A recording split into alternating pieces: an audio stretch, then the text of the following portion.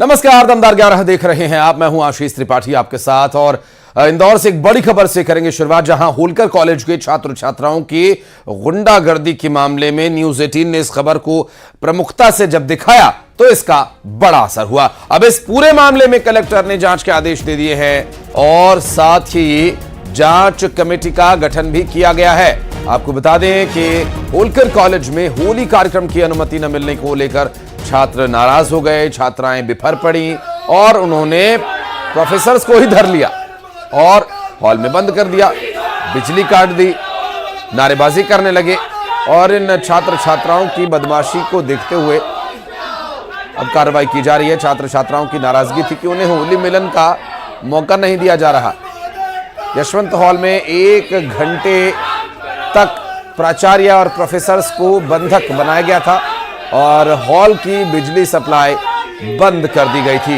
इंदौर से ये पूरा मामला सामने आया और न्यूज 18 ने इस खबर को प्रमुखता से दिखाया और अब कलेक्टर ने इस पूरे मामले में जांच के आदेश दिए हैं।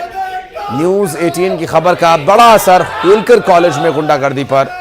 मामले में कलेक्टर ने जांच के आदेश दिए हैं। बहरहाल अब देखना यह होगा कि प्रोफेसर्स, प्राचार्य को बंधक बनाकर रखने वाले ये जो छात्र छात्रा हैं, आखिर इनमें इतनी हिम्मत कहां से आई कि इन्होंने अपने कॉलेज के प्राचार्य, अपने प्रोफेसर्स को ही बंधक बना लिया, हॉल में उन्हें बंद कर दिया, वहां की पावर सप्लाई कट कर दी। तो ये जो पूरा विषय है, बहरहाल अब न्यूज 18 के दिखाए जाने के बाद से अब इस पूरे मामले पर कार्रवाई की भी बात कही जा रही है। देखना होगा कि कलेक्टर के आदेश के बाद इस मामले में क्या कुछ जांच होती है, क्या कुछ तथ्य सामने आते हैं।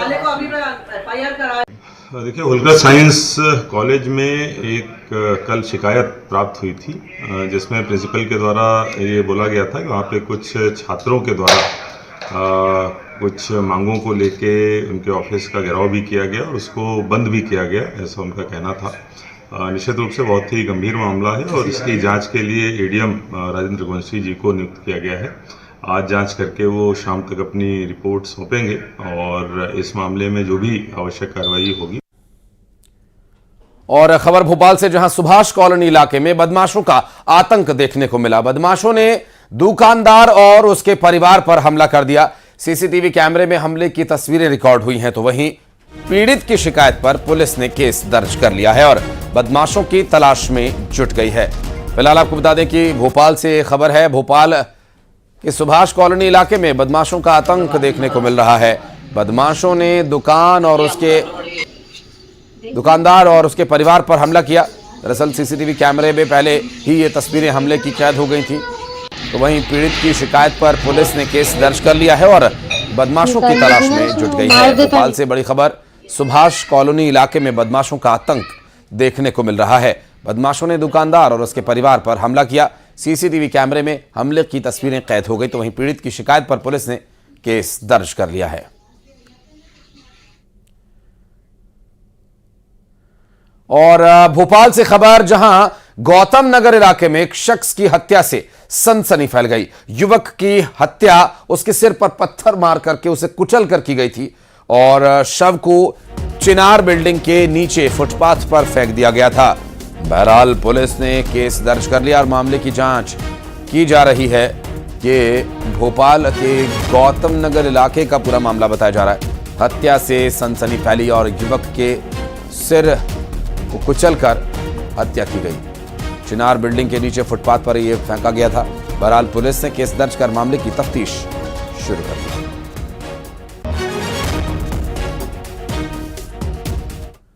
और छतरपुर में 3 दिन पहले घर से गायब एक युवती का शव कुएं से बरामद हुआ।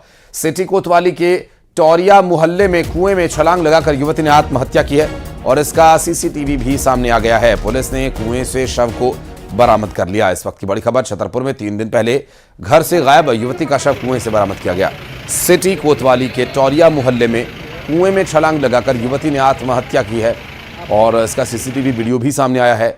और करीब करीब 3 दिन बाद ये खुलासा हुआ। और देखिए, ये उस वक्त का सीसीटीवी वीडियो बताया जा रहा है जब युवती कुएं में कूद पड़ी थी जाकर। वहां पर नजदीक ही लगे हुए एक सीसीटीवी कैमरे में ये सब कुछ रिकॉर्ड हो गया था। छतरपुर से ये पूरा घटनाक्रम सामने आया।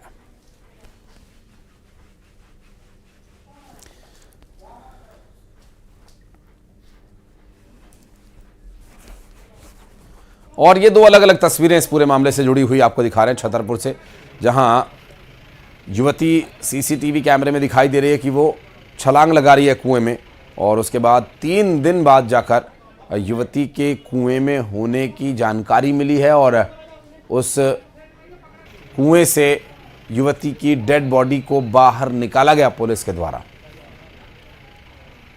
अभी 3 दिन पहले एक व्यक्ति घर से बिना बताए सुबह 4 बजे चली गई थी और उसकी तलाश की जा रही थी। थाने में गुम इंसान कायम किया गया था। आज पता चला कि वो कुआं में उसकी डेड बॉडी मिली है और सीसीटीवी फुटेज देखा गया तो वो 4 बज के कुछ मिनट पे निकली है घर पे सुबह और तत्काल उसके बाद में कुएं में कूद गई है। तो अब सुसाइड का कारण पता लगा रहे हैं और प्रारंभिक पूछताछ में पता चला है कि मानसिक रूप से थोड़ा कमजोर थी। और अगली खबर भोपाल से, जहां कमला नगर थाना क्षेत्र में धमाके के साथ स्कूल बस में आग लगने का एक मामला सामने आया और इसके चलते बस पूरी तरह से जलकर राख हो गई थी। आपको बता दें कि जिस बस में आग लगी वो शारदा विद्या मंदिर स्कूल की बस थी और आग लगने के पीछे साजिश होने की आशंका जताई जा रही है। और इस पूरे मामले में किसकी साजिश है, कौन इसके पीछे है, क्या वजह हो सकती है, ये बहरहाल देखने का विषय होगा। और इस पूरे मामले को लेकर क्या आगे स्थिति रहती है ये भी स्पष्ट होगा जांच के बाद। फिलहाल इस पूरी घटना को लेकर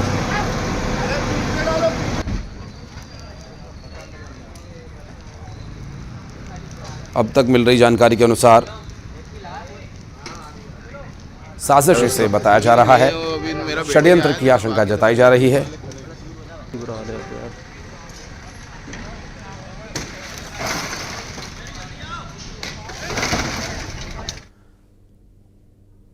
और इंदौर से एक अहम खबर जिसमें आगे आगे बारात और पीछे पीछे बारात। आप समझ पाए? चलिए हम आपको समझाते हैं। इंदौर में बारात सड़क पर निकल रही थी, कोई अलग बात नहीं है, पूरे हिंदुस्तान में ऐसे ही होता है, लेकिन खुलेआम बारात के साथ बार चल रहा था। ये हिंदुस्तान में नहीं होता है, ये इंदौर में हुआ। और ये देखिए, राहुल की बार रात, ये बारात नहीं है, शादी की रात नहीं है, ये बार रात है, ये पीने की रात है। सड़कों पर ये दर्शाया गया, दिखाया गया और सोशल मीडिया पर जमकर इस वीडियो को चलाया गया। बारात के साथ बारात वाली गाड़ी भी चल रही है और बारटेंडर बारातियों को बाकायदा सड़क पर ही जाम परोस परोस कर दे रहा है कि पीजिए और सड़क पर फैल जाइए, आबकारी नियमों का खुलेआम उल्लंघन कीजिए, खास इंतजामों की चर्चा होने दीजिए। चर्चा, पर्चा और खर्चा, ये बारात तीनों में ही अव्वल दिखाई दे रही है। ये सब कुछ अपनी जगह है, लेकिन ऐसा सड़कों पर करना गैर कानूनी है, भारतीय और इंदौर की संस्कृति के अनुसार अनैतिक भी, क्योंकि इंदौर के लोगों को खाने पीने का शौक है, लेकिन नियम, कायदे, कानूनों को इस तरह से रौंदने का कतई नहीं। और इस तरह खुलेआम बारात शब्द की महिमा को इस वर्ड प्ले के साथ जितना नीचे गिराया जा सकता था वो गिराया गया और राहुल की ये बारात थी।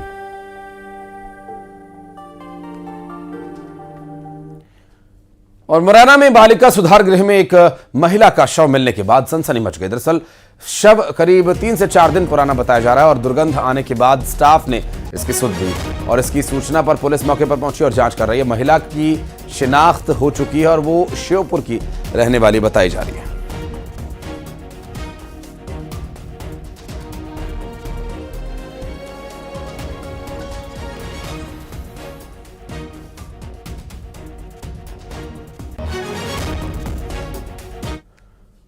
और इंदौर में निगम की टीम ने तुलसी नगर में अवैध निर्माण पर कार्रवाई की।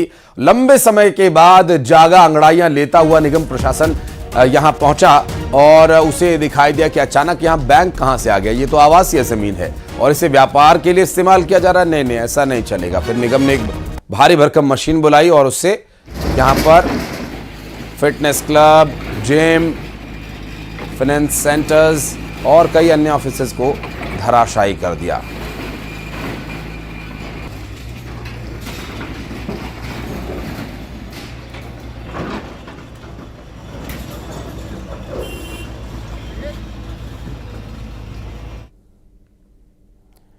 और मंडला के चोरों की बेखौफ और बेबाक जो कोशिश है वो किस कदर है, इस तस्वीर के माध्यम से आप समझ पाएंगे। ये देखिए, यहां चोर पहले आते हैं, दिन दहाड़े रेकी करते हैं और फिर चोरी की वारदात को अंजाम देकर निकल जाते हैं। ताजा मामला नर्मदा जी वार्ड का बताया जा रहा है, जहां पर कांग्रेस पार्षद के घर से चोरों ने साइकिल चोरी की।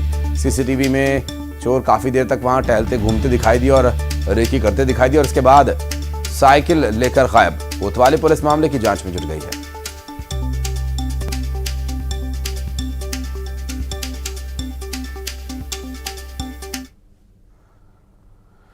और खबर मुरैना से, जहां परीक्षा केंद्रों में सांड का आतंक देखने को मिला।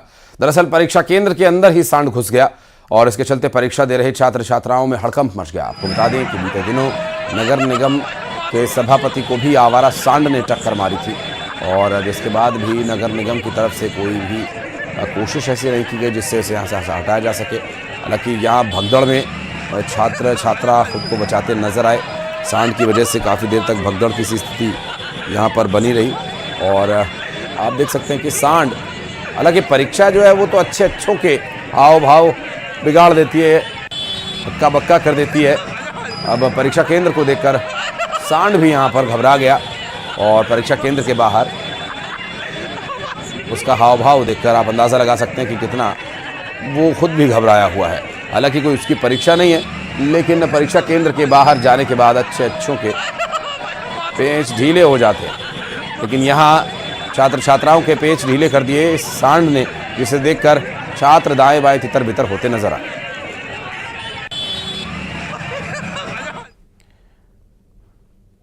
इंदौर में नारकोटिक्स पुलिस ने चरस के साथ एक तस्कर को गिरफ्तार कर लिया।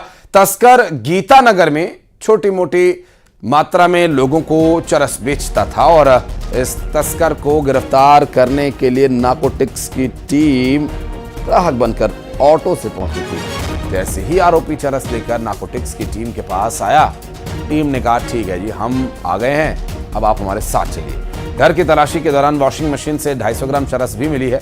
पकड़ी गई चरस की कीमत लगभग 2.5 लाख रुपए बताई जा रही है।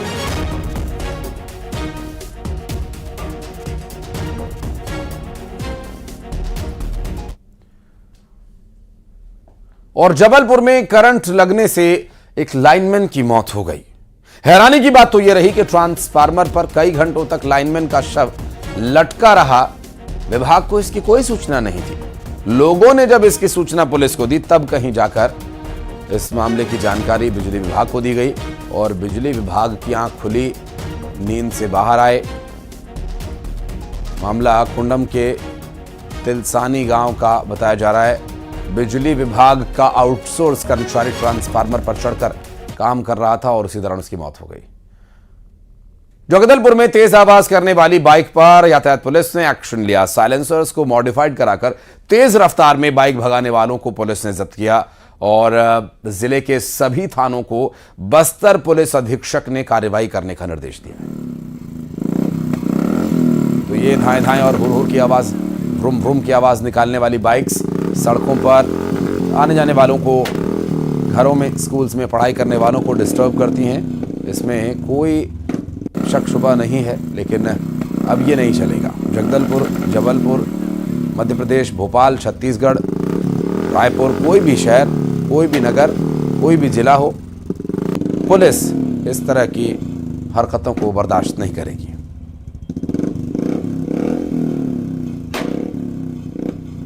इस पर पुलिस सतत चेकिंग कर रहा है, प्रतिदिन चल रहा है। मेरे जितने भी टेंगो हैं, अलग अलग 3 जोन बनाए हैं, उनके अलावा मेरा इंटरसेप्टर पेट्रोलिंग है। अब पुलिस अधीक्षक महोदय का भी निर्देश है कि इन पर सख्त कार्रवाई करना है। हमारी कोशिश है, एक तो नियम विरुद्ध है, ये बिना आरटीओ परमिशन के किसी तरीके से साइलेंसर चेंज नहीं कर सकता। इनके द्वारा जानबूझकर ये किया जा रहा है। ऐसे करने पर इनके विरुद्ध सख्त कार्रवाई किया जाएगा। न्यायालय में, माननीय न्यायालय में भी पेश किया जाएगा और अधिक से अधिक जितने भी संबंधित धाराएँ होगा उनके उल्लंघन वायलेशन का, वो धाराएँ लगाई जाएगी और कार्रवाई की जाएगी। और अंबिकापुर में मां महामाया एयरपोर्ट से हवाई सेवा बंद होती दिख रही है। यहां पर फ्लाई बिग कंपनी ने रायपुर और बिलासपुर के लिए 19 सीटर फ्लाइट की शुरुआत की थी, लेकिन टिकट्स की समस्या और अनियमित उड़ानों की वजह से लोगों को परेशानी हो रही थी। फिलहाल उड़ान सेवा पूरी तरह से बंद है और ऐसे में सियासत भी शुरू हो गई है।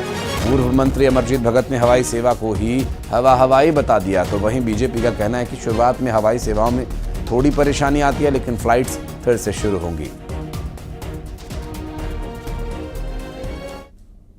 जिस तरह से मुझे तो लगता है कि एक चुनावी लाभ लेने के लिए इस सेवा को चालू किया गया था। शुरू में बताया गया कि इसका फेयर 999 है। वेबसाइट में जब हम बुक करने जाते थे तो 999 से 1999, 3999, 5,000 रुपये तक में फ्लाइट बुक होती थी। चलिए, वो भी एक चीज़ है कि जिसको प्रीमियम सुविधा लेनी है उसको उसका मूल्य चुकाना पड़ेगा।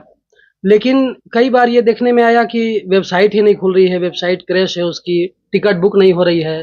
प्रॉब्लम आ रहा है टिकट लेने में इस ऐप में, और सवारी नहीं मिल रहा है, या टाइमिंग गलत है, या कुछ ना कुछ टेक्निकली इशू आ रहा है जिस कारण तो ये चल नहीं पा रहा है।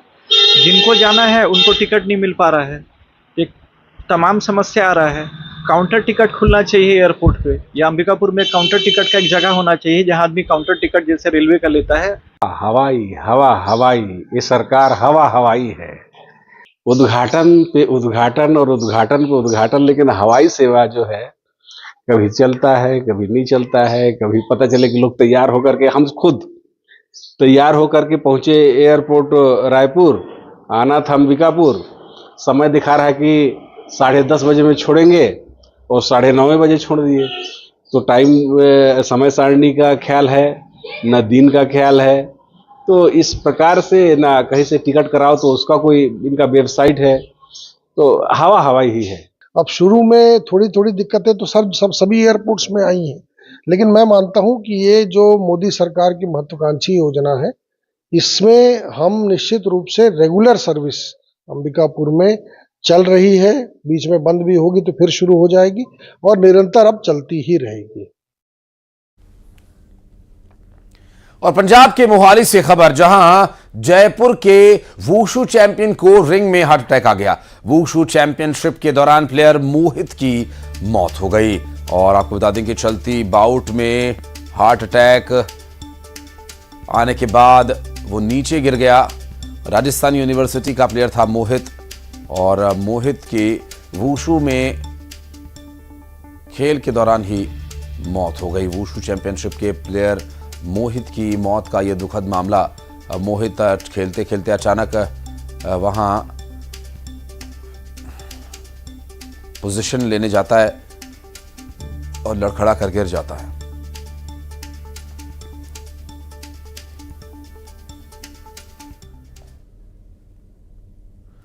और यार, एक छोटे से ब्रेक के लिए खबरों का सिलसिला आगे भी जारी है।